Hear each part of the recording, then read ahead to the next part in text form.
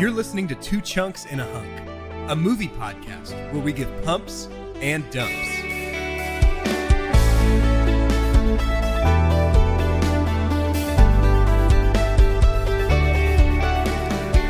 Hello and welcome to Two Chunks and a Hunk. My name is Jordan Wonders, and this week, of course, I am your chunk.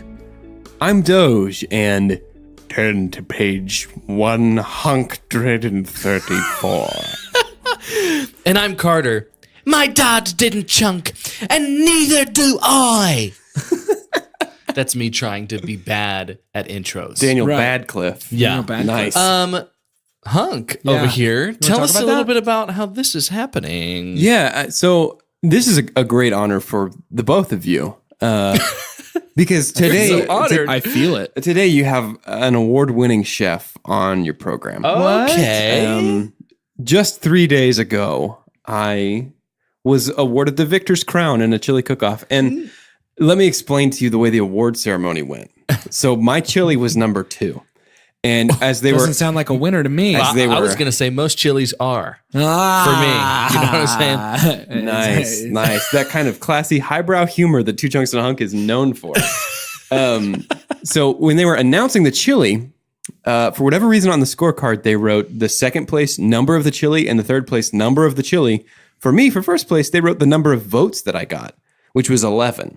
And so as they're announcing it, they're like, and first place goes to chili number 1. And chili number 1 like lost their mind. They were so excited.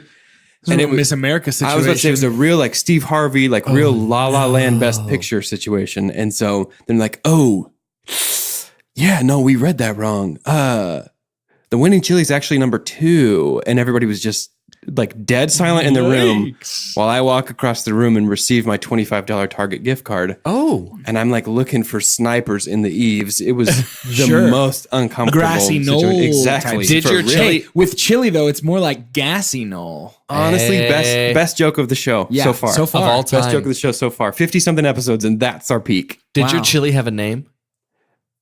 Alex. Ander. Why didn't you call it Two Chunks and a Hunk?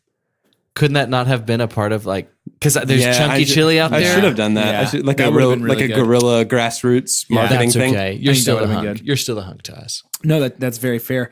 So that's me. That's the story of how I was awarded the blue ribbon for Wow. excellence in chili. Yes, Doge, sir. Genuinely, from the bottom of my heart, what a bad story. Yeah. Whoa. Jeez. Speaking of stories, there's a good story that I'd like to talk about. Talk about it. That story is part of our series known only as Do You Believe in Magic? And of course, this is the third movie in the Harry Potter series. This movie is called Harry Potter and the Prisoner of Azkaban, or The Philosopher of Azkaban for our friends across the pond. Let me take a moment to just say why we keep adding philosophers in here for our friends across the pond. Most people, really the only time we ever knew of a really sure difference between titles of the Harry Potter books was the Philosopher's Stone. Yeah. Which was also the Sorcerer's Stone in America. Sure. For some reason that was switched up. So we decided, why stop there? You know, for all of our listeners from jolly old England, Yeah.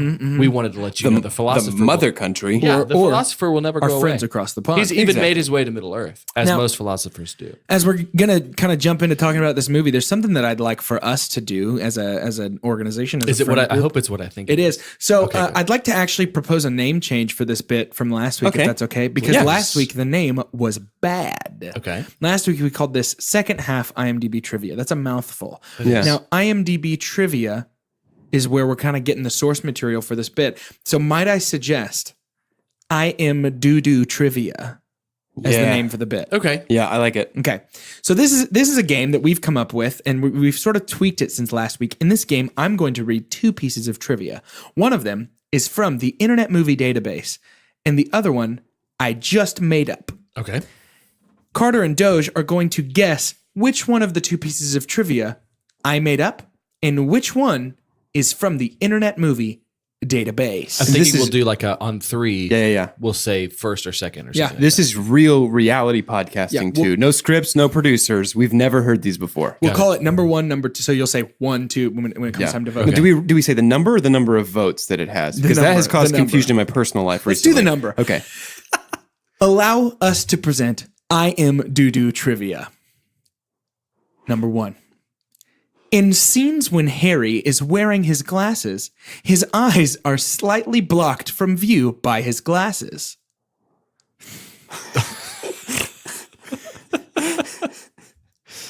Trivia number 2. Whenever a Dementor is sucking happiness or the soul out of their victim, there is a distortion in the victim's face and in the air near him or her. Good grief. So we have to pick which one is not So actually trivia. So what I want you to pick is the one that I made up. So okay. we have to pick the one you made up. Yeah, I want Which you to one pick the did one you that make I up? made up. So one of to be clear, one of those is actual trivia submitted That is- to IMDb. that This is isn't correct. to make shots at IMDb because there are great ones. There's Like, great Yeah. trivia we on go IMDb. through and actually use a lot of these for It's the podcast. super useful. Some of the first 5 to 10, but then something happens where it drops off, and that's Man, how this at a was certain created. point, the trivia, it feels like just becomes the kind of thing where it's like, insert the answer on your discussion board for this class. And it's Okay, like, gotcha. I highly agree with that person. So count us down. We will, Doge and I simultaneously pick. We're going to say the one we believe either gonna say- you made up. Let's Right. either say 1 or 2. right. Right? Okay. Okay. Answer in 3, 2, 1. 1. 2. Oh, that's perfect. That's- Okay. The trivia, which according to IMDb, 2 out of 8 people found interesting, Wait, 1/4, 25%. otherwise known as the real IMDb trivia, Yeah. was number 2, which means that Oh, no. the Jordan IMDb trivia was in fact, Carter, Yes. number 1. Yes, I have taken the lead. So it turns out, regardless of whether the fact his eyes were blocked by his glasses, Yeah. was never written on IMDb. So, but a real piece of IMDb yeah, trivia somebody was like, really said like, oh, some fun trivia Yeah, for if you you is that the effect there is there. Yeah, there's oh distortion. my is what goodness they've done. gracious, That's I can't real. believe that. This is good. I'm enjoying this. That's I'm 100%. excited for. Are What we a doing this for good Lord of the bit. Rings too? We're gonna do it for the For rest of every the episode? episodes. Okay, cool. Yeah, The we're rest gonna of do our it for the- podcast This is until, forever. until we die. We can keep a do it tally. for anything. 1-0. Great. Yeah, keep a tally. That's good. So, Doge, there is nothing that I would like more at this point, Doge, than for you, Doge, to offer up a sacrifice on the altar of synopsis. Excellent. Prepare your ceremonial knives. Harry Potter and the Prisoner of Azkaban begins the same way all good Harry Potter films do, with him being treated like garbage by the Dursleys. He inflates his mean aunt like a balloon and leaves her to die in outer space. And then goes to Diagon Alley by himself on the night bus. Once He goes where? diagonally. Thank you. And then Diagonally. he gets to Hogwarts. Basically, the thrust of this movie is there's a killer on the loose, and his name is Sirius Black. He betrayed Harry's parents, and now he is coming to kill Harry. Better than betraying Perry's parents. Honestly, good point. Over the course of this movie, we learned that actually it was Peter Pettigrew who betrayed Harry's parents, and Sirius is totally a really good guy, and he's Harry's godfather. So Harry and Hermione travel through time to help Sirius escape from his, I guess, from being caught and sent back to Azkaban. Yeah. Yeah. Yeah. So Harry Potter and the Prisoner of Azkaban. Let's start talking about it. The do it. first scene at the house. What do you guys think? Big old dump. Okay, talk about I hate that. I hate, I can't reconcile Harry just leaving his aunt to die. Yeah, it's had a a little big weird, problem with huh? that. Yeah, it was I mean, super she weird. does essentially float to outer space to be dead. Until, well, we get that throwaway line from the Minister of Magic in Diagonally, where he says that the Department of Accidental Magical Correction or something like that Right. she's been The AMC. successfully punctured and her memories have been wiped. So Yeah. good thing somebody jumped out of nowhere to save Harry, which is apparently a theme in this movie. Yeah, if I little had bit. if I had a dump on this, it would be that this was totally stolen from Total Recall. If y'all have ever seen Total Recall with Arnold Schwarzenegger, Yep. there's a big lady that gets ballooned. It's a little more graphic, but A little different. it was dark. I think from the start we see Willy Wonka there's- did it first, technically. There's a vibe that there's a new director, right? Absolutely. Yes, this feels so different. A question So I Chris have for you Columbus guys- actually left because he felt like he was spending too much time away from his family. Wow. Yeah. He seems like a family guy, the way he made the first 2 movies. Yeah. And It was like discovered for his America. kids. Yeah, pretty much. Yeah. That's such a family thing to do. Alfonso Cuarón. Cuarón is Yeah. what we're going to say. Cuarón. How we're maybe? going to pronounce it for Two Chunks and a Hunk. I honestly, Alfonso Ribeiro. I feel like he has come on at an appropriate time in the series. Yes, I agree. Because it is actually a much darker. I could not have imagined how Columbus Chris Columbus could have done this one. I totally could agree. I feel like it might have taken some away from how dark really that I think so too. gets. And I don't want to take away from what Chris Columbus laid down his foundation in the first two movies. But I wonder if we feel that way because he lightened up the first two. Like, Yeah, it's could be. been a while since I've read the books, and I'm wondering if like Chamber of Secrets is a pretty dark story. Yeah, I mean, but it felt light and no consequences. That's I'm true, wondering it if is that's pretty a dark. consequence of the direction. Well, one of the things, and we'll get there, but one of the things this movie did well was it ended not on yay Hagrid's back, but it sort of ended with like, okay, consequences and how. I mean, it ended on yay brand new broom freeze frame. It did, but that was just after okay, everything's gonna be fine, kind of a deal. Yeah. But yes, you're right. It did end on yay, my presence here. I You're can right. say something that I have dealt with before. That's what's funny about this Okay. is that this was really never on my mind as much, but something that I'm going to have to remember that I've dealt with before is that really Daniel Radcliffe is not going to get much better. Yeah. I don't think so. I would argue though that his improvement between Chamber and this movie was pretty Yeah. spectacular. He's pretty good. I don't know if He's that's been much though. Practicing Like, in the off season. It's none not of it even much. catches up to what Rupert Grant did from 1 to 2. You're absolutely, and from 2 to 3, From dude. 2 to Rupert 3 Grant is great in this is great. But yeah, with Harry, he's a punk now, and Yeah. I think that's okay because he's just over the Dursleys. At Yeah. least we Yeah. don't continue to see that. You're right. But it kind of reminded me of Tobey Maguire's weird Venom Spider-Man thing. Yeah, that he yeah, does. yeah. Yeah, Do y'all tossing his remember that? fingers and all that good stuff. Yeah, and I was just like, I mean, I guess it makes sense. I would feel the same way, and I guess it's supposed to also show we have now becoming a teenager. Yeah, and a little here's bit of what happens angst. in that, in that transition. But coming out of the Dursley home, we get one of my favorite things, which is the introduction of the night bus. Yeah, I love that. I like the night bus. And it's not even that the night bus itself is cool. The shrunken head is goofy and kind of a fun laugh. And like the technology of it, like shrinking and slowing down time and all that stuff is cool. And they actually filmed those scenes with the bus driving full speed and cars driving 1/8 of their normal speed. So that they Oh, can how speed up. cool Really is cool. that? Wow. Yeah. But they actually shrunk down the bus to miniature size and Yeah. shrunk down Daniel Radcliffe to miniature Squished size. him real Squished him. thin, yeah. But for me, what this did, and this is spoiler alert, I love this movie. And this was the first one for me where watching it, I was like, that's Harry Potter. yeah. I've been waiting for this. Exactly. I totally feel like there was that marked shift. Exactly. And I think something too, there needed to be, and it might even be what's different. And I know Doge is way better about the camera usage because we've kind of dumped on how The Hobbit is all like a telenovela. Yeah. But there's something about this. The undertone of darkness was literal in the film. It was, making, yeah. it It's a felt little like. less saturated, I think. Yeah, is Because the even word though for we it. don't technically see Voldemort in this one, it felt like he was He's still there. around. Yeah. And I think that was because of direction. For me, I think the first moment of that in this movie was the night bus. Yeah. Which When is it pulled up. interesting that you feel like this is the moment. I mean, and I totally feel the same way too, but the moment where you go, now that's Harry Potter. Yeah. Because Voldemort is not like really a part of this particular story. But his you know what I mean? influence is heavily implied. Yeah. And I think that's the big deal, especially when you spend the majority of the movie, if you've never seen it, thinking that Sirius Black is an agent of the Dark Lord Yeah. kind Yeah, of a yeah. thing. And something I think we've fallen into is we find out that magic is unavoidably probably going to have some level of whimsy. Yeah. And Yeah. so what we've done is we've moved from Chris Columbus whimsical to more of a Tim Burton, like the way that Tim Burton Yes. did Beetlejuice. Yeah, I agree. The Night Bus made me feel like Michael Keaton's Beetlejuice. Yeah. Just Yeah. kind of how crazy it gets, and it's funny, but it's kind of morbid because there's Yeah. a hanging head from the rear. It's like mirror. a dark whimsy. right? Yeah, I agree with exactly. that. So A dimsy, if you Dimsy. would. Dimsy. Dimsy. Dark whimsy. Band name. Yes. Yeah, absolutely. And I think tonally that this really begins what is the remainder of this movie. Yeah. But we end up in Diagonally. diagonally. And we meet back up with the Weasleys. Thank the Lord. For I love the Weasleys. I will continue to love Arthur Weasley until I die. Yep. He's so great. Just such a 100%. warm presence in these movies. But we also get our first glimpse at who I believe are I'm going to give the two most improved awards for this movie, which is Emma Watson and Rupert Grint. Neither of whom were bad in the last two movies, Right. but like they just stepped it up. their big parents time. must have been paying for acting classes at this point because, I mean, they came ready to go. I wonder if it would have been their parents, or does Warner Brothers say we've made a huge investment in you? We need you to be good at acting Well, for the they next clearly 10 only years. did it for 2 out of the 3. That's a good point. if that's the Or case. maybe D-Rad is a lost cause. It's just that we've tried everything. At least it's a majority. we can't find our Daniel Radcliffe Miyagi that we need Yeah, to bring for in real. here and Yeah. whip him into shape. Yeah. That could be it. And they give us, well, J.K. Rowling gives us a good kind of look ahead at because what they're arguing about in the first time we see these two new improved characters is arguing about Scabbers. Yeah.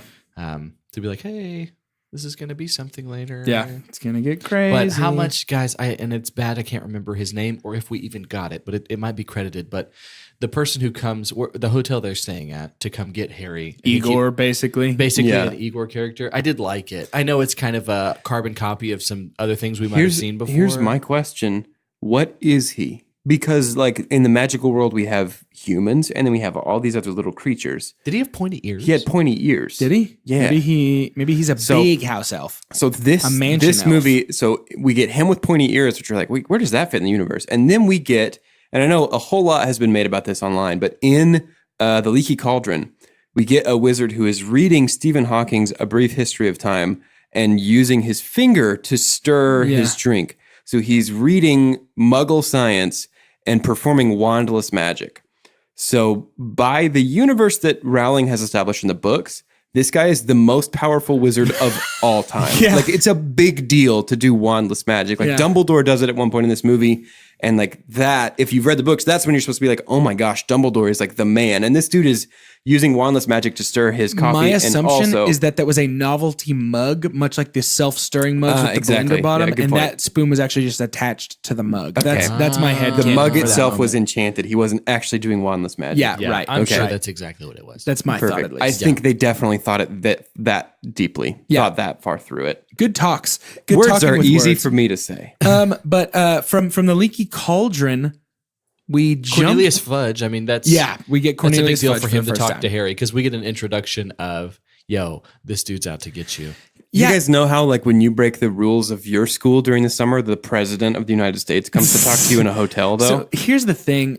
That whole scene, and I'm down with it, whatever, I can get on board, but it feels a little dismissive of the consequences of using magic outside of school. You know what I mean? It feels a little like, oh, you rascal, get out of here. But like, it's supposed to be a big deal, huh? Yeah. That was at least my interpretation of it. Yeah, for sure. There was some penalty, massive penalty for that. But from there, we get on the train.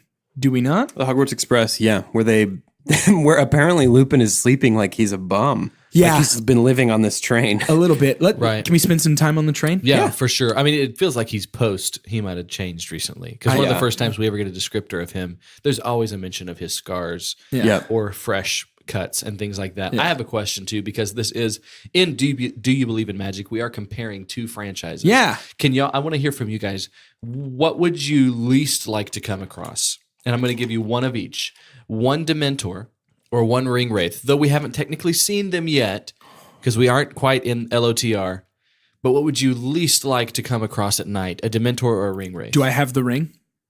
No, I'm not giving you any magical things. So no ring, no wand. No ring, no No, wand. but what I mean is if there's no ring, what purpose do they have to come out? You get what I'm saying? Like, Right. But in the hypothetical, it's like Both equally determined. they're aggroed? Yeah, Is yeah, what they're you're saying? aggro. fine. With They're a aggro. Dementor, I just want to know what's scarier to you. Okay. For me, it's the ring wraiths. Dementor. Really? Hands down Dementor. Yeah. I think it's a Dementor for me too. They both are deeply frightening to me. I mean, they're essentially the same thing. Are we allowed And to say that that's right also now? part of They're why I very wanted to similar. bring that up. But Because the ring wraiths are relentless in their like pursuit, which freaks me out a lot. Right. I just feel like there are several comparisons we keep stumbling across because we had a conversation about Dobby versus Smeagol. Sure. And so these kind of things get like more than just the depth of love, like good versus evil. Sometimes these characters that become vessels for both get a little repetitive, but Yeah. a testament to J.K. Rowling for it being a little more of a creative way to do Yeah, that. I agree. But yeah, I just wanted to ask that because this is the first time we see one. And Yeah. it had some gnarly fingers. And I'm going to give a huge pump to the first time we see a Dementor. The rain freezing on the window, the breath, Yeah. you see Love their the breath freezing come effect. out. Yeah. And then those long fingers around the door frame. I mean, that is deeply Well, unsettling. and that's like in the first probably 25, 30 minutes of this movie. And Yeah. that's for me the moment where I was like, okay, this is a different direction. Like this is not like goofy, happy Chris Columbus Right. first two Harry Potters. Like this is totally a is different animal. frightening. At this Was point. anybody Yeah. else surprised this was just PG? Yes. Was it? It was Okay. just PG. That is it Not- totally felt like our characters are 13 now, so let's introduce some PG-13 right. There style was elements. also Yeah. some cussing though. Did y'all catch that? Yeah. Was there? There were some curse words. I up didn't in even this- notice. up in this curse word. Interesting.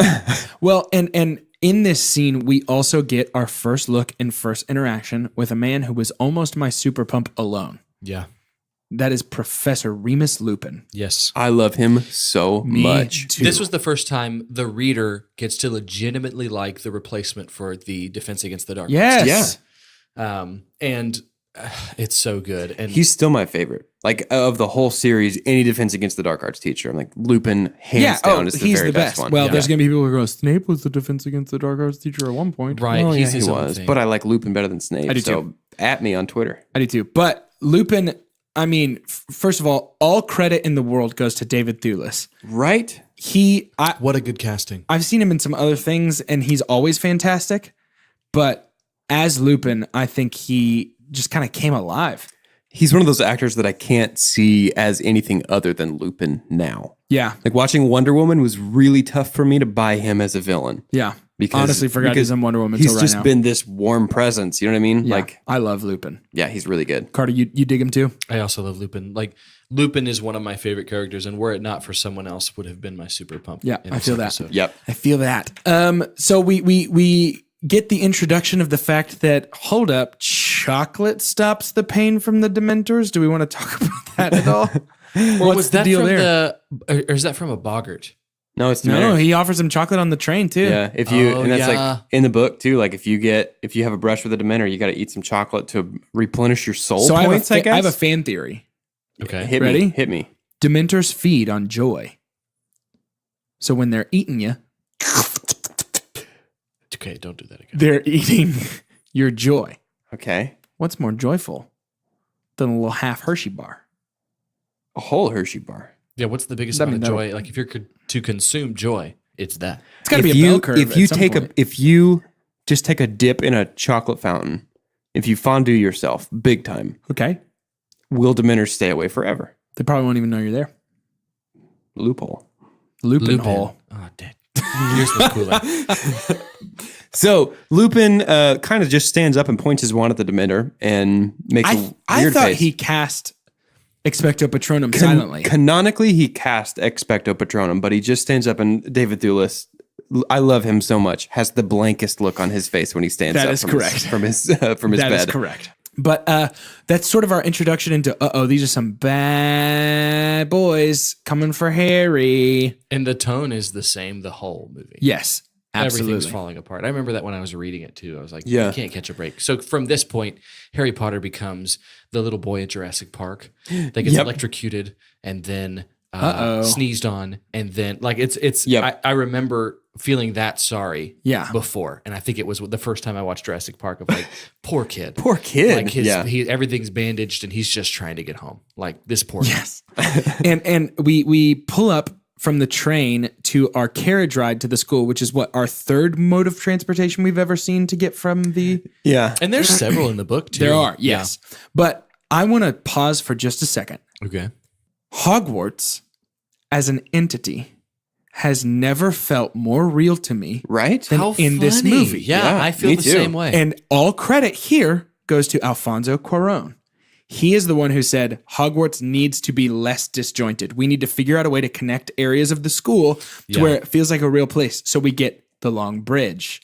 We Yep. get the path to Hagrid's. The path down to Hagrid's house. We yeah. get the fact that the Great That's Hall is good. right outside some of the staircases. Like we Yeah. are being shown these areas and how to get from one to the other in order to make the school feel like a place you can go to. And fully and completely, for me, it works. Absolutely. Watching this movie, this is the Hogwarts I think of. I think of the long wooden bridge and like the monolith statues on Yeah. its way out to Yeah. Hagrid's hut. Like that's what I think this of. is what this might be what when the hypothetical question was birthed in terms of would you rather Pokemon be real or Hogwarts be real? Yeah, that's a tough one for me. It is pretty Hogwarts hard. for me. Yeah. 100%. It's pretty Hogwarts for me. tough. I hear don't know if I you. can answer that on the Yeah, pod. that's really It's hard really for me. hard. But yes, this did make Hogwarts feel more tangible, which if there's going to be something, I think in the fantasy world, objects can become characters Oh, more often than 100%. not. They Yeah. can be done bad, like the car, Sure. like we saw before, but then Hogwarts itself has a person. Hogwarts is a character. I completely agree with you. And in this, we saw the Ron jump of, oh man, he really stepped his game up, huh? Hogwarts Super really Grant stepped did its it. game up for this Yeah, one. for real. Came ready. that castle's been taking acting lessons. Yeah, WB paid a couple of teachers to bring them in and copy their skill sets. Very good. Yeah. So we get to Hogwarts and we're kind of just, I guess, living in this feeling of like there's Dementors at the school, something's wrong, somebody's coming for Harry. Yeah, and like a lot of red herring bads. In this one. we're like Red Harry, but we're like totally Killing it this episode. It's weird to me how they treat that as if it's normal. You know what I mean? Like it's not like a bigger state of emergency that there's a guy who escaped from Azkaban and he's coming to kill one of our 13-year-olds. Yeah. Right. And I guess it is a little different than when the troll was let loose because that was kind of, it fell on us. Right. It looked like we might be able to put an end to this, right? Yeah. But in this one, I remember when I was reading the book and Dumbledore has the conversation, which kind of dump on the fact that only Harry hears Dumbledore having this conversation with Snape about maybe Harry needs to leave. Sure. When all these kids are sleeping in the same place. Like, is Harry the only one not asleep? Anyways, but talking about like we might have to send the kids home from Hogwarts. And I remember reading that and being so bummed. Yeah. I was like, no, you can't. You can't take this place away from Harry Potter. Yeah. I think there's a way, because I did not feel that when I was watching the movie, but I also remember feeling that when I read the books. Yeah. I wonder if that's just a strength of the medium. Like with the book. So one of the hardest C.S. Lewis quotes I've ever heard is that he says there is death in the camera, meaning that whenever you film a story, there's another layer of separation between yourself and the characters. Like when you're reading a book, you're there, like you're inside the mind of your protagonist. But when you're watching a movie, you're watching the story happen to a protagonist. So you're necessarily one step further removed. And I'm wondering if if we feel that distance right here, that we don't ever get that sense of like, oh no, that's the end of the world if the kids have to go home. Yeah. No, that could be. I mean, I think that could at least explain why there's a bit of an emotional separation from that moment. Yeah. Can we talk about, this is pretty heavy, and I think this is there's hot opinions on this with our listeners. Can we talk about our new Dumbledore? How do you feel about him? I miss old Dumbledore, but I think the way that to me, it would have felt hollow and it would have felt cheap if new Dumbledore had come in and tried to do an impression of old Dumbledore. Yes. I love that new Dumbledore is new Dumbledore, and he's not somebody else playing. I'm pretty firmly team new Dumbledore. Really? I'm team Michael Gambon too, and I think it's not necessarily. I think it. Some of the times, so when somebody, I'm specifically thinking when Heath Ledger came in and took over Joker, it was out of respect of the character and the performances done before, and then kind of also this perfect storm of who he was, why it was completely different. Yes. This is not the same level because that won an Academy Award. That was culture changing performance, like incredible. But when Michael Gambon came in, it really did look like he respected what had been done before. Because previous Dumbledore, it wasn't because he was in another movie; he passed away. Yeah, shortly before the movie, shortly before two release. Well, do you know who was offered the role? Who? Sir Ian McKellen. Oh my gosh, I remember that. Do you know why he said no? Because the previous actor who played Dumbledore had called him a horrendous actor. I remember that. No so he way. turned it down and said it would be disrespectful to take over a role from a man who hated my acting. Yes. No way. That's crazy. It's for the better, I think. I agree that he is not both. He can't be Gandalf and Dumbledore. No. That is weird. That's if J.J. Abrams had done, because he did Star Trek and Star Wars, if he had like shared a character on that. Like that's not no gonna can work. do. But Michael Gambon came in and I think he added a great wit. I think maybe what was different is there was a certain wit to this. Well, there's a liveliness to this Dumbledore. This Dumbledore really feels brighter, less like a not a snuggly grandpa. I was just about to say, let's just sit on my lap and let me read you this book, grandpa, and like, let's go to the museum, grandpa. Yeah. You know what I mean? Like, he's like lively. Another testament to the actor because he felt like a brighter Dumbledore in an overall darker vibe. Yes. Of the whole way this movie was filmed. Yeah, so, I completely agree. Pump on that. Almost, there were so many. I mean, it's adding up to the fact how I love this movie too. Yeah. But there's so many almost super pumps for me in this one. Same. And actually, I get a little muddled in the order of operations here in the middle of this movie, but that's the thing about these movies. Time travel.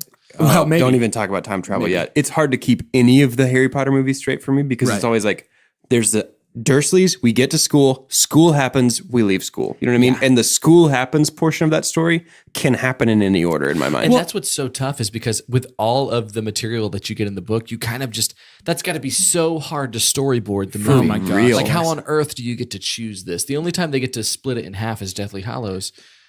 And that's just to make another billion. You know, it's like Yeah, that's not I was easy. looking at a box set of the paperback books for Harry Potter because I don't own the books. And so I was looking at buying that and I was like struck by the difference in size between Harry gosh. Potter and the Sorcerer's Stone or Philosopher's Stone for our friends across the pond. It's very short. Yeah. But then you get to like Goblet of Fire and it's like 3 times as long as the first crazy. one. But Dude, the Order movies of are all Phoenix like is- the same length. Yeah. Yeah. It's like, how do you do that? How do you adapt that? One of the things that I think happens in the middle of this kind of time that can be easily overlooked, but that I really loved is right before Christmas break, I believe, Lupin and Harry on the bridge. Yeah. I love this scene. That scene is so well done. Something that happens, and what it does is, because I remember we had a moment, I think, in the Sorcerer's Stone, to where we had a problem with the fact that love is what saved Harry. Right. Yeah. We're starting to see through other characters, through characters acted very well, how maybe this was different.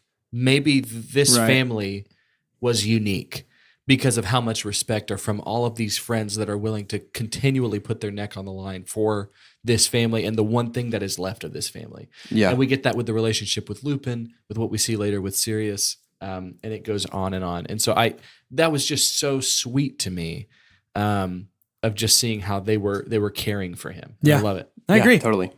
I agree completely. And I think this scene it's short, it's sweet, but it is sweet, you know? Right. And it is, you get to see some Lupin characterization. You get to see exactly like you're saying, like some building of the Potter parents from an outside source, which I think is a cool and unique way to sort of handle that. Right. I'm actually on the fence about about what I feel about characters consistently saying Lily and James Potter are the best people that I ever met. Yeah. Kind of. You know what I mean? Because Right. I'm trying to be really careful in this, in Do You Believe in Magic, in this series, to not let characterization from the books be like extra textual information that I carry into the movies that informs my opinion of a performance of a Right. character. You know what I mean? Sure.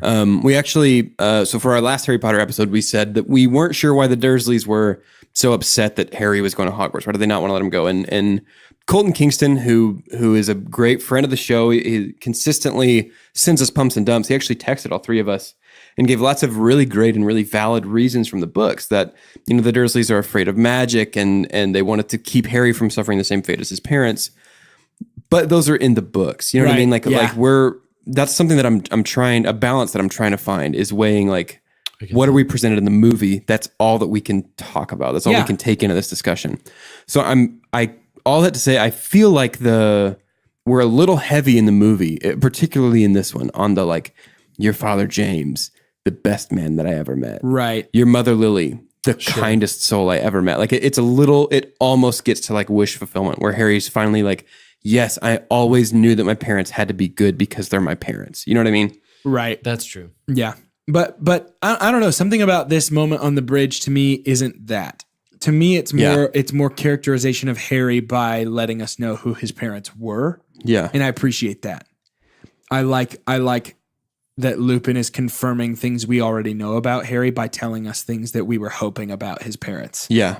I love it. And that it totally is like a really sweet thing Yeah. for him to find that stuff out. Yeah. Yeah. Coming off that bridge though, we end up with the first Quidditch match. I know you want to talk about Quidditch, Jordan. The first Quidditch match that I have liked. I made a mental note to ask you how you felt about this Quidditch match because it actually like has bearing on the overall plot. It has bearing, and on top of that, it's short. Yeah, it is. It's like 15 minutes or less. It's real quick. How much Quidditch time do you think we have added up through 3 movies at this point? 20 minutes? 6.5 hours. Oh my gosh. Probably 20 minutes of Quidditch total. Yeah. Between all 3 movies, and only about 4 of those came from this movie. This was good Yeah. because there was so much storyline in this. Yes. Like legitimate storyline. Yes. And the scene of him, I mean, the Dementors were done so well. Yes. They really And were. I there's- agree. Like the image that we even see before Quidditch when all of them on the stormy night are coming and starting to head towards Hogwarts. There's just an ominous thing about them, but going up There into is, the clouds and yes. having them chase And him. you see, what is it? The what's the symbol called? The black? The Grim. The Grim. Yeah. When we see the Grim, actually what this is reminding me of right now is that we need to go back and talk about Trelawney. Yeah. Yeah, Emma Thompson. Emma Thompson. I love both Trelawney and Emma Thompson. Yeah, so good. Particularly Hermione's reaction to and relationship with Trelawney. Yes. It's so great. I love it. Yeah, Emma Thompson did such a good job. And it is so interesting to see how, especially even with New Direction, the casting will sometimes pick the heaviest hitters and the most recognizable people and put them in smaller roles, minus Alan Rickman and things Sure, like that. yeah. But to have, Emma Thompson as Trelawney, to have Gilderoy Lockhart is Kenneth Branagh, these forces in British cinema to play kind of roles we don't see all the time, but it's just, it shows a focus on the foundation. Well, and to also play these roles that we as Harry Potter viewers acknowledge are these revolving door type characters is interesting. Yeah. But back to Quidditch for just a second. It was short, sweet, but also the Dementors coming after him in the sky was frightening. But there's one fun fact. Do you know what I'm going to say? I have no idea what you're going to say. The other seeker that is going after the snitch with Harry, Uh-huh. you know who it is? Nope. It's obviously played by a different actor, but it is Cedric Diggory. No way. Yep. Way. Really? Yep. How did I miss that? I don't know. It's not our Pats. We know that. It's certainly not Edward. But yeah, that is Cedric Diggory coming after the old snitch. Maybe it's before Quidditch. Another thing that happens at school. Before We'll just Quidditch. say Yeah, that. I know what you're going to say. Hagrid's promoted to a teacher, and the kids are all in Hagrid's Care of Magical Creatures class. Oh my goodness. This is where we meet Buckbeak, the hippogriff. And I would like to say that Buckbeak was very nearly my super pump. Same. The like design for Buckbeak. Really, like, I guess this is probably all encompassing. Like later when we get to Werewolf Lupin and when we get to Sirius the dog, like all of the CG creature design in this is phenomenal. It feels like Alfonso brought it with him. There were a lot of things that happened in this movie that felt a step up. Yeah. Like, okay, let's just ride this. Buckbeak, I think, is the best looking CG creature we have seen so far in Harry Potter. So much better. I think it's Even so the good. flying looked good. Yeah. Well, and it's not that same kind of like I think for the troll in the first one and for Aragog in the last one, and even the basilisk, like they're excellent creature design, but they're still like one step removed from what these things would look like if they were actually real. Right. Like there's still that level of like cartoon caricature to their design. Yeah. Right. The stuff in this is like totally like could translate to reality. Yeah. I thought that's a good the point, other stuff wasn't quite Smaug level. Right. No, but you want to talk a little bit about Hagrid in his new role? I love Hagrid as a teacher. Yeah. I'm pretty much always going to be a fan of giving Hagrid a bigger role in the story. Hagrid is, spoilers, I guess, for when we do maybe a wrap up of all Harry Potter. Hagrid's like my number one favorite Harry Potter character. Hagrid, So anytime that he can play a larger role in the narrative, I'm so on board with that. Yeah. And it's good. And he still feels like this, not necessarily like of mice and men kind of big lovable type goof. Right. He can't, because obviously he's not that. He doesn't want to pet the wabbits. Right. Yeah, It's right. not that morbid. But he, as in the moment where, Buckbeak is going to have his fate decided when stupid Malfoy, what a minimal amount of him in this one. Yeah. Yeah, not a lot of Malfoy, which is good because his face is wrong. Things are Yeah. happening. His face is wrong. He's He is in that. growing up real fast. He has a nasty face. He's growing up in a weird way, though. He It's is. like he's like the middle, like so in like an Animorphs book cover. He's like the very so good. the very middle face where it's like that is not quite Oh my gosh. not quite child or adult, and it just looks wrong to me. What a wonderful reference. What can I super pump something one of us has said? That is so good. But yeah, Oh, my goodness. He gets kicked. He's such a little twerp. He's a one trick pony right now. Yeah. And I don't know if I can't remember if that's exactly how it is in the book. Maybe it is, and he's just always there. He plays a bigger role, obviously, later on. Sure. But it was just kind of like, oh crap, we better make sure Malfoy's a part of this. But all that to say, when Hagrid's asking Harry, am I doing a good job? Because this is the biggest thing that could happen to him is become a professor. And then for that all to go down, you definitely are pulling for Hagrid. Yeah, 100%. And I feel like, some of the stuff with Hagrid obviously really leads us to maybe talk about Hogsmeade setting us up for sort of the later part of the movie. Do we want to talk about sort of Harry's rejection from Hogsmeade and how that affects him in this story. See, there's a lot of stuff like Hogsmeade that is necessary for the plot. Yeah. But I feel like is almost just included because it was a big part of the book. Right.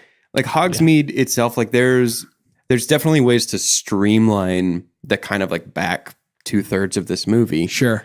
But then it doesn't feel as true to the book. But then, yeah, it just, the pacing was very strange for me. Yeah. Once we get to the Hogsmeade field trip thing. Yeah. So, But I do love that we get to kind of look at what it, even for just a second, we get to look at what it means to be a wizarding kid at this school with non-magical parents who don't care.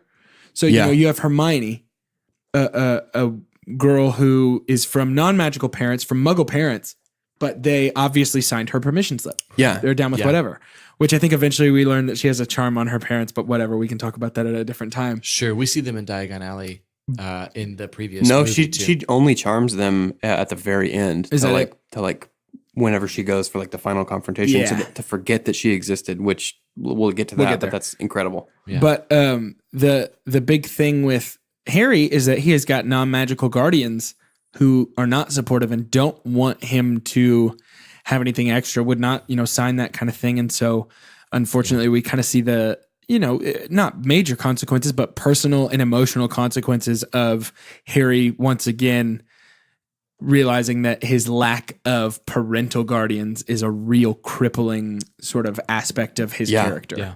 So Hogsmeade, I think, in the books, obviously plays a much bigger role in the overall narrative of Harry Potter. Sure.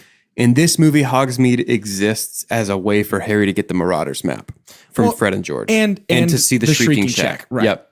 So I think that would be a great place to go next. Let's talk about the Marauders map. The Marauders map. Oh my! Yep. One of my Goodness. favorite magical items. Yes. In the book, and then I think they did such a good job in the movie. And you feel like they can hang. They felt like they could hang their hat on this because the credits, the ending credits are the Marauders map. are all They knew Marauders what was map. up. You guys know, you've seen the like screenshot of the credits where and it's there. I checked today when I watched this. If you watch the whole credits, in one little corner of the Marauders map, there are two pairs of feet that are facing each other very closely. And it is to hopefully of age students who are playing Wii Sports with one another that we can see on the Marauders really? map. 100%. That's There's funny. a little shout out to the fine game of Wii Sports. Wow. That's in the credits funny. of this movie. The ancient game. Exactly. Still PG. The oldest profession. Yeah. Wii Sports. and there's also John Williams' name appears really? at one point, and the feet start to do a waltz, Oh, wow. which is kind of cool. Because like that's his thing, like his Right. waltzes. Yeah. That's awesome. which is kind of cool. So I don't remember. I don't think that we get it ever later in the movies, but did we in this one, we did not get an explanation of Mooney, Wormtail, Padfoot, and Prongs, right? I think we do get an explanation later. Do we but get that yes, later? Let's talk about that real quick. Well, I don't think we do in the movie though. Do we I not? also don't think we do in the movie. Okay, interesting. Because Prongs is completely like who the heck is Who Prongs? on earth is Prongs? Right. So it's Peter Pettigrew, Sirius Black, Remus Lupin, and James Potter, exactly. are the Potter. four people who made the Marauders map. Because James Potter is an animagus. Right. The only one who's technically not an animagus is Lupin, Right. Because he.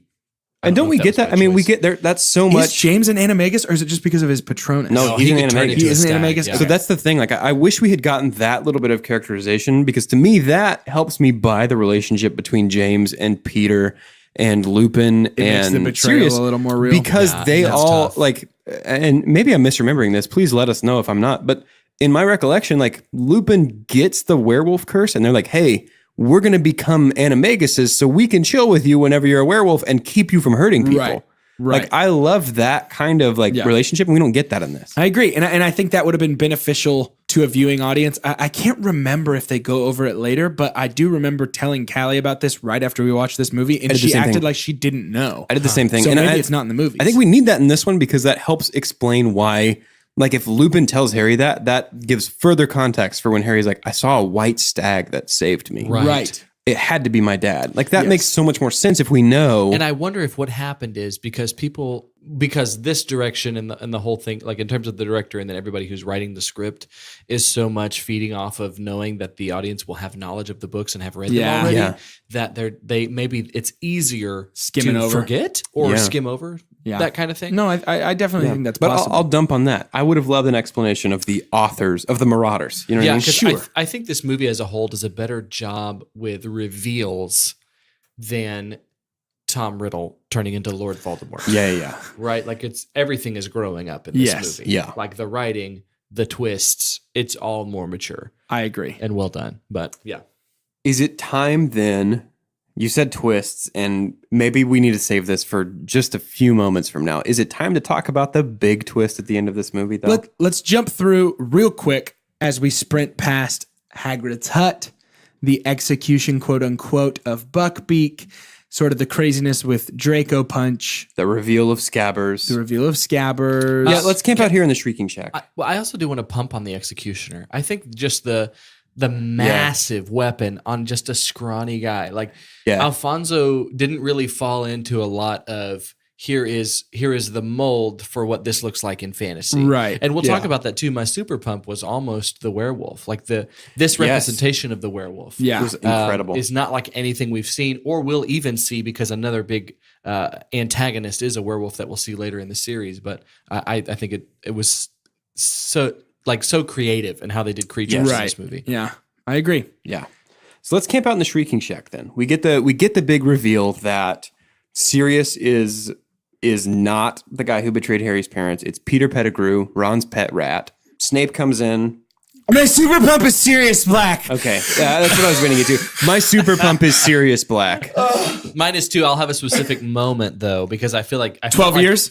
I felt like this would happen. We'll have a moment that I get to that was my specific super pump. I think that within the super pump. you're close enough to the ballpark that we can legally say Super de-duper. that this is one of our first, One of our only. one of our only super duper pumps in Yeah. which all three of us have the same super pump, and that is Sirius the fantastic Black. character of Sirius Black. Carter, I know you have a special affinity for this character. Can I tell you? So this happened in 2004. Yep. Okay. Yes. Is when this movie was made. This is when I decided Gary Oldman is my favorite actor. It was this movie, this specific movie, is when I decided Gary Oldman is my favorite actor because I remember bringing up to my friends, that's Gary Oldman. And they're like, who's Gary Oldman? And I said, well, have you seen Fifth Element? Have you seen Rosencrantz and Guildenstern? Have you seen? And it was just all these movies that had happened before. The Professional, Leon the Professional, like all these things that nobody knew.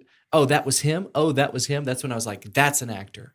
Yes. He's gone in and he does not care. Tom Hardy has started to do these things, but Christopher Nolan did it because he put stuff over his face. Like Tom Hardy has continued to say, I don't care what I look like. It's not really my face that is selling the character. It's how I portray this character. Right. Yeah. And he just dives in. And I remember watching it. And the first time, because I was pumped that he was going to be in it. He was already on the verge of my favorite actor of all time. But when we see the poster of him not saying a word or having no sound, but it's his mugshot, am I crazy to think that too was such good acting? Right? It was, yeah. Phenomenal. I think it was just so great. And just to see him, man, Gary Oldman is so good. And I love that he finally has an Oscar. Yes. He was, for me, it was a bigger deal that he didn't than Leo DiCaprio did. And I don't know if that's controversial, but it's because I think even the Academy and like people who critique were like, of course, he just did what he was supposed to. Yeah. That's a good actor. But no, this is what I think good acting is. Yeah. And he did such a good job. I'll tell you, he's on a different level though. I would still say overall, Alan Rickman as Snape is the best book to film adaptation or representation of the entire series. But Gary Oldman does such a good job. It's phenomenal. His I've waited for 12 years yell when he's in that Oh, shack. geez. For me, I get chills literally every time. So Carter, you mentioned that your super pump is in a specific moment with Sirius. You want to talk about Take us that? through And, that. well, and it kind of, it's built off of the thing that we talked about that you didn't necessarily dump on Doge, but in terms of talking about the family and how much we see all these old friends that love the family. Yeah. And I think a lot of this might be just a testimony for me and what I'm used to. My parents are ballers, right? My parents are amazing people. And this was just sentimental for me because of how big I felt, how big my heart was when people would tell me how awesome my parents were. Yeah. And then for Sirius Black, when he's on the bridge, we have that bridge again before he flies off. Oh, yeah. On Buckbeak. The moment where he was like, "You're so much like your dad, but your eyes," and then he grabs his face. I was just like, Yeah. that moment right there was like, man, he's added a new layer to like what he has done is come in, and thank God Daniel Radcliffe didn't have to do it. But this is so rare to me that another actor gets to create something and in the backstory and in the foundation of a character that they didn't have to do themselves. Yeah. Because they did such a good job portraying it. Yeah. And I think Gary Oldman does that for Daniel I agree. Radcliffe. Well, and it's no secret to anybody, even if you listen to the Fast and Furious series that we did. Sirius Black is my favorite Harry Potter he's character. And He's so good. the fact that my favorite character gets to be portrayed by Gary Oldman, I mean, it's just, whoo, it's too good. And they knew, like, oh man, when they went through the casting process, I haven't even looked at who the competitors were or if it was kind of an Alan Rickman thing. There with couldn't have JK. been. There But couldn't it was have been. like, oh man, I felt sorry for anyone who would have tried to do For that. real. And what's perfect too is we had an argument about Kenneth Branagh, not an argument really, but saying actually, great, he did such a good Lockhart, but I feel like maybe he could have been someone else. I think Gary Oldman fell into the exact role he needed to be on this goodness, one, yes. in terms of an A-list actor who gets to play exactly who he's supposed to play. And I'll say this to both of their credit. The fact that he was good enough to knock Lupin out of my super pump. Right, and Yes. because it's, we had brought up too in the last one because we got Lucius Malfoy, we got Mr. Weasley, we got a bunch of great new characters, but in this one with a new Dumbledore, who's a huge unique thing Big to player, switch a yeah. character, Yeah. and then to have Lupin, and then to have Sirius, like, Trelawney. and Trelawney, Yeah. even Emma Thompson. Yeah. So this series is going back through this, and Do You Believe in Magic? It's closer than I thought it was for the series Yes. as a whole. As a whole, because I think our affinity for the Trinity of Lord of the Rings is present and will be obvious once we get there, because it's going to be like, do we have to fabricate super dumps? But I'm still nervous about it. I think this that- is a good series. I think that what we're seeing is Harry Potter at this point in the like collective consciousness of pop culture is getting to the point of like the Star Wars Episode 7 thing, where it was like Daniel Craig was filming a movie at the same location. It was like, please just let me be in this. Right. And so Daniel Craig is an unnamed stormtrooper with a tiny role in Star Wars Episode 7. this money made less than Chamber of Secrets. Can you believe that? $100 million less. No way. I don't get that. And I wish I should have done some more research on that. But I'm sorry to have interrupted in this Yeah, point. no. But in all the talking up about this movie, I wonder what happened. Yeah, I wonder I don't know. wonder if people just didn't go see it. Like if they were like, I went to see Chamber of Secrets, I was burned by seeing the same movie again. Like, and I wonder if Chamber of Secrets wasn't different enough from Yeah. Sorcerer's Stone or Philosopher's Stone for our friends across the pond to bring people in to the third one. Yeah. You know what I mean? Yeah. I don't know. That's interesting. So we're at the Shrieking Shack. Yep. We've got this reveal with Sirius. We Reveal with Peter. reveal with Peter. A whole sequence of reveals. But we get out of the Shrieking Shack. Lupin turns into a werewolf. Yep. Sirius fights him as a dog. Yep. Yeah. I think it's We get some ouchies. we get some ouchies, and then in an attempt to fix those ouchies and prevent further ouchies, we introduce something into the universe of Harry Potter, which I have previously been a very outspoken critic of. Okay. Talk about it. I think it's time to talk about time travel. Okay. Okay. I spent a lot of time prepping Nice. for our sick guys. I spent a lot of time prepping for our discussion of this episode, trying to rewrite the ending of this movie in a way that wouldn't include time travel. And most of it centered around Snape, like it's a doe. It's Snape's Patronus that Harry sees, and he thinks it's his dad. And like all these reveals that would have ultimately undercut the big Snape reveal that we get way like many movies from now. Yeah. Right. And then I came to the conclusion that I don't think that time travel is a very big deal. But my super dump is that the time travel is not explained thoroughly enough to make it a small deal. Okay. Because in the frame of this movie, we never get any kind of explanation that says you should not travel back in time and kill Voldemort when he's a baby. You know what I mean? We never get any kind of explanation that like you should travel back in time and tell your parents to go to a different place because Voldemort's going to kill him tonight. Right. The only thing we get is, Harry, terrible things happen to wizards who mess with time. And my first response would be, well, aren't the consequences can't be as bad as Voldemort's entire reign of terror over the wizarding world. Like, we got to do something about this. Yeah, all that's left for the audience is assumption. Is like, Right? well, Sure. who would want to go back 70 years Even and if have we to live it again? even if we clarify, like, I think this whole inclusion, this element in the plot could be fixed if we just say, like, hey, this time turner can only go back like less than a day. Right. This time turner can only go back 12 hours. Or like, if you use a time turner to go back more than 12 hours, You have to live all that time. you or will something like you will that. become unborn and you will cease to exist. You Yeah, know, like, or it's just a penalty something. like when you drink unicorn's blood, right? You don't. Right, your right, soul changes, or the Right. penalty of creating a Horcrux. Just something to stop that from being a viable option. Spoilers, I guess, for the books. If you haven't read the bad fan fiction that is Harry Potter and the Cursed Child, the Time Turner is a huge plot point in that. And it's one of the reasons that myself, along with many other people, have a really, really hard time accepting the events of Cursed Child, because the Time Turner, and really you have to be so careful when you introduce time travel into your universe. anything, yeah. But the Time Turner, unregulated as it is, can completely break the story of Harry Potter. Did it feel Magoo to you, or is it something completely different? Not as Magoo, but just like Actually, a shocking lack of Magoo in this movie. but like overpowered. You know what I mean? Where it's like, if you have a time turner, why didn't you stop Voldemort? Right. And not to be an like eternal optimist or pumptimus or whatever I would call it, is Nice. I I like agree that. on the dump on that. I really do, because the time travel felt that way. But is there a testament to how well the story has been created this far for people to get offended that something like this was introduced? Absolutely. Because there's stories that live off of time travel. Yeah. And that's not because it was just the foundation of the story, but it's like, oh, that just happens in this world. It's kind of Something like Terminator, I'm so willing to accept time travel as a Right. cornerstone of it. But this is like so expertly crafted outside of time travel that adding time travel makes it feel like, oh, well, now the characters can do anything. Yeah, I agree. I actually have no problem with it. I feel like within the rules that it has non-verbally set up with itself, it follows those rules and it goes and gets put away tightly in the bedside table. But it feels, and I agree that it follows the rules that it sets up, but it doesn't set up enough rules for me to feel like I'm okay to forget about it by the time the next movie comes. I agree with that. You know? But and if it ever came back and was like, uh-oh, look what we did, then I think I'd have more of a problem with it. Read Cursed Child then. But I won't is the thing. Yeah. And so I think maybe that's why I have less of a problem with Okay. it. You know? Yeah, fair enough. The transformation of Lupin into werewolf. Yes. So and, good. And depiction of, I think this was also my super dump. But again, in a movie that's full of, or super pump, sorry. In a movie that's full of so many pumps, it was hard to pick. Sure.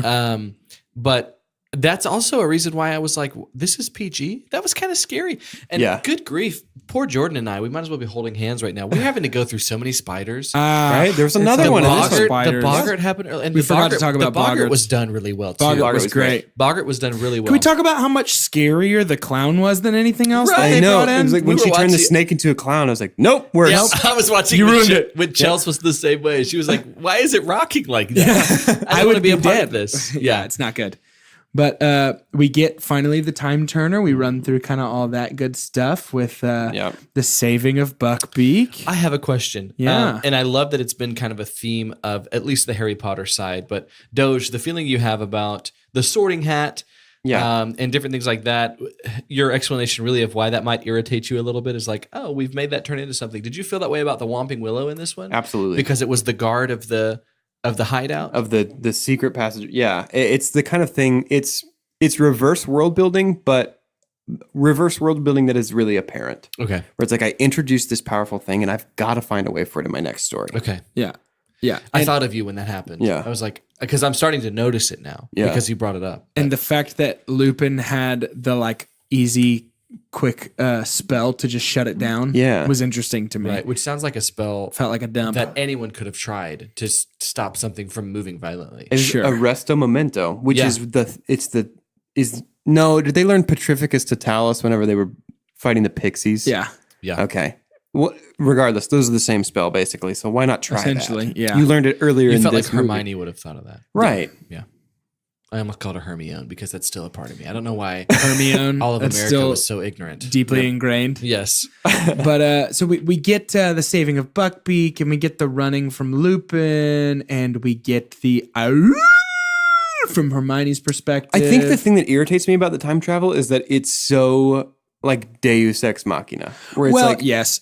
But the nature of time travel in a story like that is to make what happened first happen. What happened second must happen first. And I get that that's weird because it is weird. It's like, oh, it only happened because this happened, but that really only happened, and you're right. By nature, it does get messy, but I actually think it was relatively kind of a clean cut. It was a clean cut, but there's a part of me still, and there has been ever since I read the book for the first time years and years ago, there's a part of me that wonders if we had a moment, honestly, similar to like Spider-Man Homecoming, when Peter is trapped under all the rubble. He's like, come on, Peter, come on, Spider-Man. And he picks up all the rubble off of himself.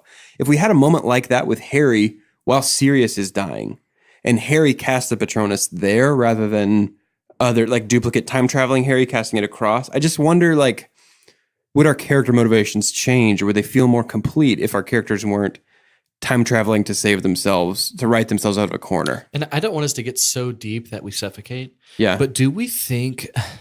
At what point did J.K. Rowling say, "I'm not writing for kids anymore"? Yeah, is this something that's appealing still to preteens and teenagers that are like, "How cool is that? It's time travel."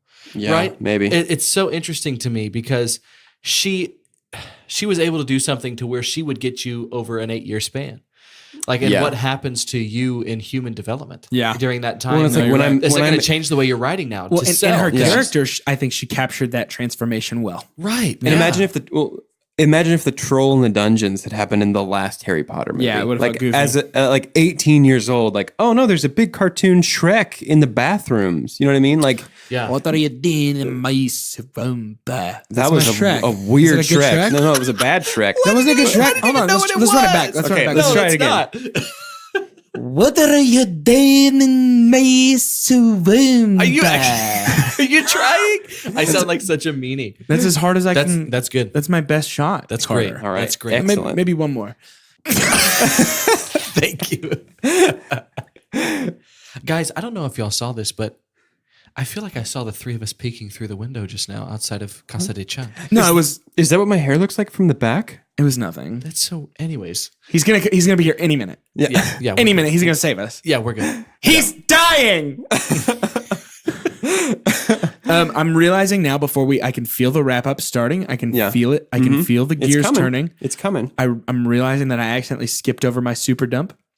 Well, I haven't even got there because neither of you guys have super dump. It's like you forgot the rules of our podcast. End. Oh, really? Well, mine's not the very end. So let me go back and then we'll get to the very end and smack yours right out of the air too. Do it. Draco and his crew are so lame in this movie. Yeah. They are not intimidating anymore. They did not grow in threat as our characters grew in like confidence. And you felt like this would have been in Alfonso's wheelhouse. Yeah. With playing with darkness so well. Yeah. I was hoping for more from Draco than just like some wizarding racial slurs as he runs away. Yeah. Hardest peas in Hogwarts from Malfoy. This is really testing our pop filters to see if that is even listenable audio. Draco and his crew are just so not intimidating to me. And I know we talked a little bit about how they felt wasted in this movie. Like, what's the point? Yeah. We just had to keep Malfoy in. But really, for me, this movie just feels like they were like, I don't know. I think have you seen Saved by the Bell? Can you just do like a generic, like, hey, get out of my way, punk? Yeah. Like, I don't think this is what happened, but I think a valid read of that is maybe we say our characters are getting older and they realize that bullies are among the least threatening things in the magical world. Yeah, that feels like a great way to sort of justify it's totally a retcon. Yeah, totally like I just don't want anything to be bad about this movie. I just and to be honest, if this super dump feels lame, it's because I had a hard time finding one with this movie. Genuinely, I'm surprised you did. But I think that for me, it just felt like a step backwards for what was quickly becoming like a regular and decently written character. Yeah. Besides,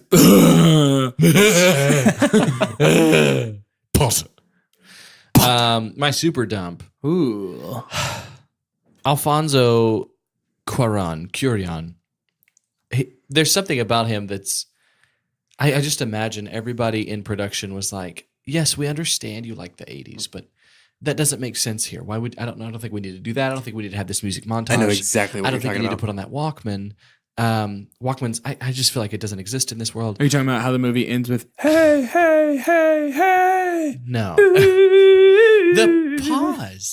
The pause at the end I laughed out loud. never has something. Why did we do this? Yeah. Why did we do this? It felt nothing like the vibe of the entire movie to pause at how happy he was on his new broom. That doesn't even fit you found out now as you're becoming an adult that your life is incredibly dangerous and everything wants to kill you except for some people that can't be around because it wants to kill them too. And yet we're in this happiness pause right before we go into Goblet of Fire. And I hated it. I thought it was so dumb. It obviously didn't ruin the movie for me. There's too much good things going on about this. But I will never watch it again. It was so obviously stupid. Yeah, it was bad. I did not like it at Really, all. And again, really I don't bad. know if it's something that I don't remember that happening to me when I was an adult and when I wasn't an adult and saw this, because I think I was 16 when I saw this movie the first time. Yeah. But seeing it now and critiquing it in filmmaking, I said, this is such a super pump. I was thankful that he gave me something to super pump on. Yeah. So I didn't have to reach. It was definitely accidental, but the motion blur caused by the camera whenever Harry is paused makes him look like there's a Dementor off screen. Yeah, he's dying. Just slurping You know, him up. is it a fun cliffhanger? fact. Yeah. Fun fact, whenever the Dementor suck the soul of one of the characters, it actually blurs the face on the screen. That's an actual That trivia Yeah, sucks that's my interesting. soul. Yeah. Goodness, yeah, goodness for sure. gracious. That's sort of the end of our movie, though, huh? It definitely is. And Is it's it, almost the end of our podcast. Is it time to rate and review? It sure is. Let's do it. Here at Two Chunks and a Hunk, we have what is called the scientific cinema scale. It's perfect, and science has proven it. This is how it goes. The best thing we can ever say about a movie is own it. Don't lend it. Buy that poster. The next best thing we can ever say about a movie is just buy it. After that, it's going to be rent it. Followed by stream it. Right after that is going to be forget it, and last, but certainly least, the worst thing we can ever say about a movie. God hath forsaken us. Who would like to go first? Me first. My dear friends, I'm buying the poster. I'm going to buy that poster for this movie. Wow. Outside, sprinkled in there on just what is a well-done movie with a new director in a direction that I'm enjoying, is obviously Gary Oldman. And this was such a very significant part of my life in terms of picking a favorite. Like, this movie, in the significance of picking my favorite actor of all time, is wrapped in the significance of loving movies. Yeah. And it's really, this movie has a lot to do with that. It's a part of my Carter, This Is Your Life episode, is The Prisoner of Azkaban. And it was so cool to watch it again after I hadn't in some good time, in this lens of critiquing, and still love it so much. And I thought it did a lot of things well. I was surprised to see that it made less, because you would have thought the momentum Very it would have strange. given would have put people back in the theaters. But I guess that midnight, that huge, $100 million chunk you get on that first weekend didn't really happen for this one. But I think it starts to gain momentum. But this was so good for the franchise. Yeah. Yeah. I'm going to give this one a buy it. This is definitely the best Harry Potter we have so far. This is the first movie actually in Do You Believe in Magic that I have actually liked and want to watch again at some point in my life. Like, such a huge improvement over the first two Harry Potters. It really feels like, we've said it a million times, it feels like a different type of movie, a different animal. Yeah. So good. Buy it. This movie for me is an own it, don't lend it, buy that poster. Excellent. This movie is so much fun for me. Like I said, this is the first time where I'm watching these Harry Potter movies and I'm going, this is Harry Potter. This is what it feels like. We're finally here. We get Sirius, we get Lupin, we get Trelawney, we get the open floor plan Hogwarts University. We get all of the things that make Harry Potter cool for me, all of the things that make it enjoyable for me, all in one movie. Yeah. And for me, that's just too good to pass up. And I know I'll probably hear about it later when I'm rating some other things in different ways. But honestly, when it comes down to just a subjective opinion on this, I gotta have that poster and I gotta hang it up. Yeah, So for good. sure. So we did actually receive some pumps and dumps from members of Chunk Nation. Thanks to Colton Kingston. Hey, this is your second shout out of this episode for submitting pumps and dumps. His pump is Remus Lupin. Super dump is The missed opportunity not present in the movie where Sirius and Lupin explain the entire backstory on their friendship with Harry's father, the use of the Shrieking Shack, and the Marauders map. Yeah. Yeah. Yeah. Excellent Good call. opinions. Jordan Green. Jordan's super pump. He says, it's Gary Oldman. His What super up? dump is using, air quotes, time travel hijinks to resolve the main conflict. Might be my Same. least favorite narrative device of all time. I want to give a shout out. Yeah. Caroline Guinan reached out to me. She's someone we have shouted out before. She said she's a happy little chunklet. And she sent me some screenshots of her actually introducing to someone else, hey, you're going to love this. You should listen to these guys. That's the kind of Wow. stuff that we need out there from people Absolutely. that That is appreciate awesome. the podcast. But I even got to see the responses, and the girl said, Caroline's friend said, I feel like you've introduced me to some really good friends for the rest of my life. Hey, Caroline's Whoa. friend. We're happy to Caroline's meet you. friend. Very happy Thank to meet you. you. And So, to Caroline, thank you. Caroline. That is awesome. We also want to give a shout out to Wax Space. Obviously.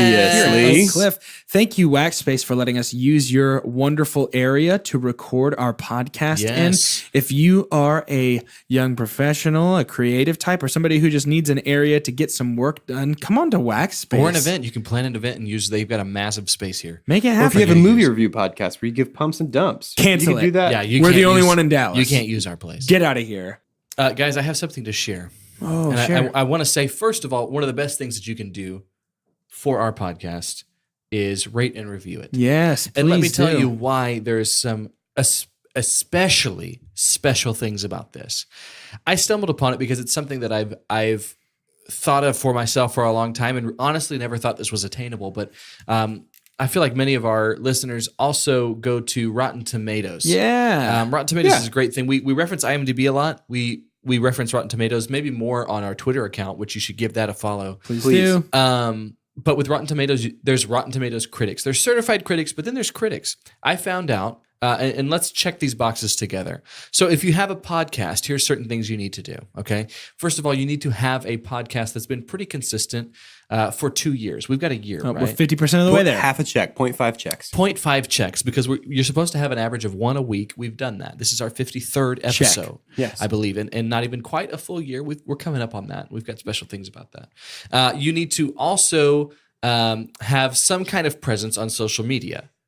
We have Instagram. We have Twitter. Check. As you know, Twitter has got a pump recently, a super pump. Yeah. Feel free to follow us on that. Add us if you need to know about certain things you might want to watch, or if you want to get some updates on the newness in the movie world. Or if you're one of our moms, you can like our Facebook page. Yeah, too. you can do that Yeah, too. please do. We've also got Facebook. And then finally, what it asks is you need to have, over these 2 years, at least 200 reviews of an average of 4 stars. We currently have 41, I believe, of an average of 5. My friends, listen to us. If you love this podcast, we are but 159 reviews in a year away from being Rotten Tomatoes critics. That means throwing the stamp up on our website to be able to say, hey guys, we have some legitimacy that it took us 2 years to do. Thank you for your help.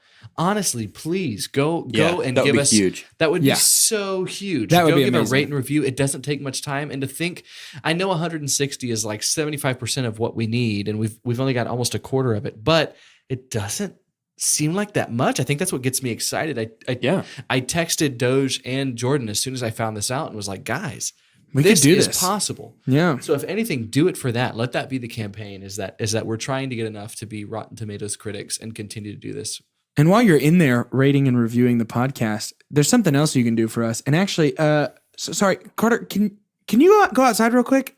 And Sure. Yeah. yeah, okay, awesome. Thank you so much. And okay, he is gone. Okay, great. Thank you so much. Okay. Yeah, while you're in there rating and reviewing, if you could just subscribe to our podcast. We can't let that Carter would hear be- us. Carter gets so weird about Are you subscription. telling him to subscribe right now? What? I gotta finish up. What? So Okay, he's coming hang back on. in. Make He's, sure they back, it's back. subscribe. he's coming back in the room, and he's gonna get so angry about it. Oh my gosh, guys, he's here. Nothing. Talk Hey, about subscribing? no, No. Did you talk about subscribing? no. About how I would rather a Dementor eat your face than you not subscribe to our podcast? Will there be an effect that's present on screen? I would hope so. Okay. A You just- blurring effect. You make it so weird, and I just want our friends to subscribe because they want to. Oh, the thing let's put a little asterisk by friend. I don't know if we call them that. We can't even call them that if they don't subscribe. Sorry, subscribe. unfriending you. No more pokes for me on Facebook. I'm out. No pokes? Yikes. Please subscribe.